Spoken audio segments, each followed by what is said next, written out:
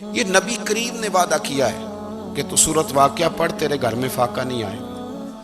حضرت عبداللہ ابن مسعود رضی اللہ تعالیٰ عنہ بیمار تھے تو حضرت عثمان غنی رضی اللہ تعالیٰ عنہ تیمارداری کے لیے تشریف لے گئے اور جا کر کے کہا کہ آپ بڑے بیمار ہیں، آپ کی بیٹیاں زیادہ ہیں، میں چاہتا ہوں کہ خزانے میں سے کچھ مدد کروں. تو سیدنا عبداللہ ابن مسعود رضی اللہ تعالیٰ عنہ اٹھ کے بیٹھ گئے اور کہنے لگے امیر المومنین، اللہ آپ کو میری طرف سے، میری بیٹیوں کی طرف سے بہتر صلہ دے. میری بیٹیوں کو کسی خزانے کی ضرورت نہیں، میں نے انہیں خزانہ دے دیا ہے. کہا جناب آپ نے کون سا خزانہ دیا ہے، میں آپ کے مالی معاملات کو جانتا ہوں.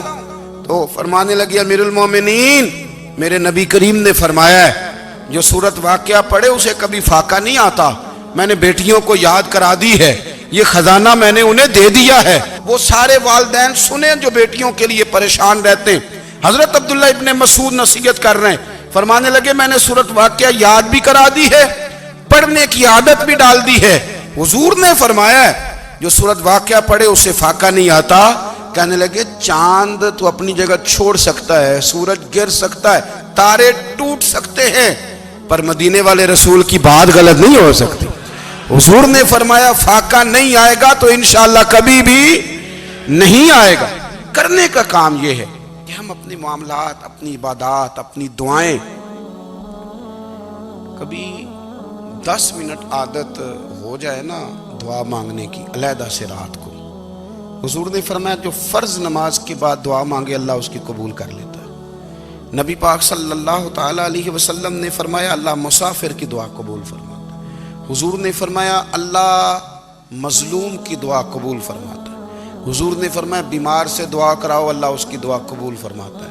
میرے نبی پاک نے فرمایا ماں باپ جب بھی اولاد کے لیے ہاتھ اٹھائیں، ویسے تے بلے شاہ تو آسمانی اڈ دیاں ہی پھڑ دیں، جڑا گھر بیٹھا انہوں بڑھیا ہی نہیں. حضور فرمانے لگے ماں باپ جب بھی اولاد کے لیے دعا فرمائیں اللہ ان کی دعا کو قبول کرتا ہے. آپ اپنا تعلق بنائیں دعا کے ساتھ، عبادت کے ساتھ، مصلی کے ساتھ رشتہ بنائیں، استغفار پڑھیں. صلاح الدین ایوبی صلیبی جنگوں میں تھے، رات کو مسجد اقصی میں نماز پڑھی تو پریشان تھے. ایک بزرگ سے ملاقات ہوئی تو وہ کہنے لگے کہ آپ بڑے پریشان ہیں. کہنے لگے حضور پریشان اس لیے ہوں کہ پہلے ہی مسلمان کمزور ہے، اب میں نے سنا ہے دشمن کا ایک بحری بیڑا وہ جنگی سامان سے بھرا ہوا آ رہا ہے، تو اب ان کے پاس اور تلواریں اور نیزے آ جائیں گے، مسلمانوں کے پاس پہلے ہی وسائل کی کمی ہے، پریشان ہوں کس طرح کر کے مقابلہ کریں گے. یہ بات کہتے ہی صلاح الدین ایوبی نے بزرگوں سے کہا حضور آپ بھی دعا کرنا، دعا کی بڑی طاقت ہے. میرے نبی پاک نے فرمایا دعا مومن کا ہتھیار ہے، دعا مومن کا، دعا مومن کا. حضور نے فرمایا تقدیر کو سوائے دعا کے کوئی چیز نہیں بدل سکتی. دعا مومن کا ہتھیار ہے، یہ کافر کے پاس کوئی نہیں، یہ ہتھیار ہے مومن کا. اللہ کرے آپ کو سمجھ آئے. پھر سنیں کئی بار کہہ چکا ہوں یہ ہتھیار ہے. کافر کے مقابلے میں جو تیرے پاس سب سے بڑا ہتھیار ہے وہ دعا ہے. دعائیں کرانی چھوڑ دی، کرنی چھوڑ دی، لینی چھوڑ دی. حضرت سیدنا انس بن مالک رضی اللہ تعالیٰ عنہ فرمایا کرتے تھے میں نے وہ رنگ دیکھا ہے جب حضور دعا مانگتے تھے اور حضور کی مقدس آنکھوں میں آنسو بھی ساتھ ہی بہا کرتے تھے، میں نے وہ انداز دیکھا ہے. تو صلاح الدین ایوبی بزرگ سے کہنے لگے آپ بھی دعا کیجیے، اور خود رونے لگے اور سر سجدے میں رکھ کے رونے لگے اور عشاء سے لے کر فجر تک روئے، خوب روئے. صبح وہ بزرگ آئے تو صلاح الدین ایوبی کا خوبصورت اور ہنستا ہوا چہرہ دیکھا. کہنے لگے آپ بڑے خوش ہیں، رات تو میں نے بڑے روتے ہوئے دیکھا تھا. تو کہنے لگے حضور وہ جو بحری بیڑا آ رہا تھا نا وہ پانی میں ڈوب گیا ہے، اب وہ نہیں آ رہا، ابھی خبر آئی ہے تو میں بڑا خوش ہوں. بزرگ کہنے لگے اٹھ سینے سے لگ اور سن ایک بات، وہ بحری بیڑا پانی میں نہیں ڈوبا، وہ تیرے آنسوؤں میں ڈوب گیا ہے. وہ جو تو رات رویا ہے نا رب کریم کی بارگاہ میں تو وہ ڈوب گیا ہے. بھائی اپنا مصلی کا، عبادت کا، وظائف کا، اللہ اللہ کا سلسلہ اس کو مضبوط کریں، اپنی دعاؤں کے تعلق کو مضبوط کریں. دعائیں بڑے انقلاب برپا کر دیتی ہیں. ہم تھوڑے تھوڑے نا جب سے خشک ہوئے ہیں نا، خشک اور میری تو جماعت ہی صوفیاء کی جماعت تھی. ہم تو داتا علی اجمیری کی جماعت سے، ہم تو خواجہ اجمیری کی جماعت سے، ہم تو شیخ احمد فاروق سرہندی کی جماعت سے، ہم تو صوفیاء کی جماعت. ہماری جماعت نے بھی وہ تعلق جو ہمارے بزرگوں نے بنایا تھا. بزرگ اللہ کے قریب کیسے جاتا ہے؟ تو ہمارے یہاں نا بہت سارے لوگ کہتے ہیں جی نظر ہو گئی تو کام ہو گیا. بھائی جو بخاری مسلم میں طریقہ ہے نا اللہ کا قرب پانے کا، وہ تو نفل ہے.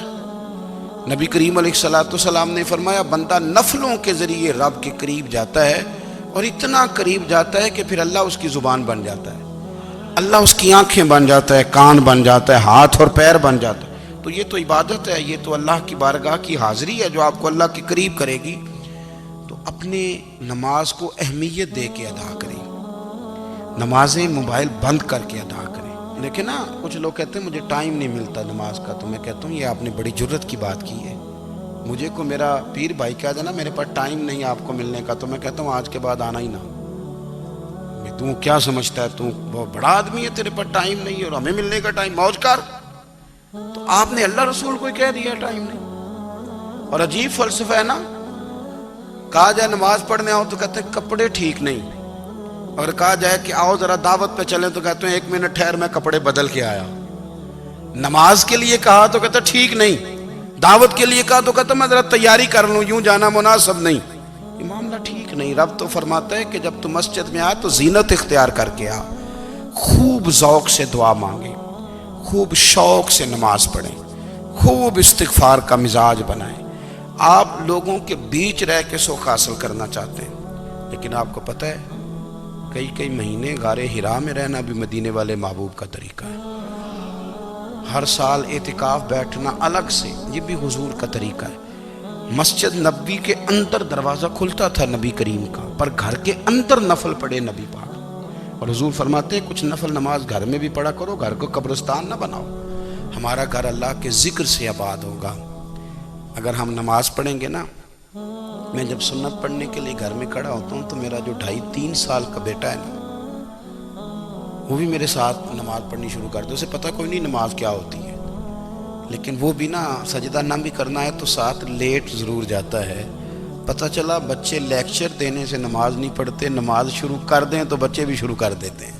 ہم جب پریشان ہوتے ہیں تو لیکچر دیتے ہیں، تو لیکچر تو باہر شاید چل جائے، گھر میں کیسے چلے گا؟ گھر میں تو عمل چلے گا. تو میرے عزیز، آج کے اس روحانی اجتماع میں ہمارے دوستوں نے جو محنت کی، ہم نے بار بار اپنی نیت سے پوچھا خدا ہمیں معاف کرے اگر کوئی ذاتی شہرت ہے، کوئی ہمارے ذاتی مفادات ہیں، رب ہمیں ہدایت دے. ہماری یہ خواہش تھی کہ روحانی اجتماع ہمیں تھوڑا سا اللہ اور اس کے رسول کے جانب مائل کرے، کچھ ہمارا رشتہ مصلی کے ساتھ مضبوط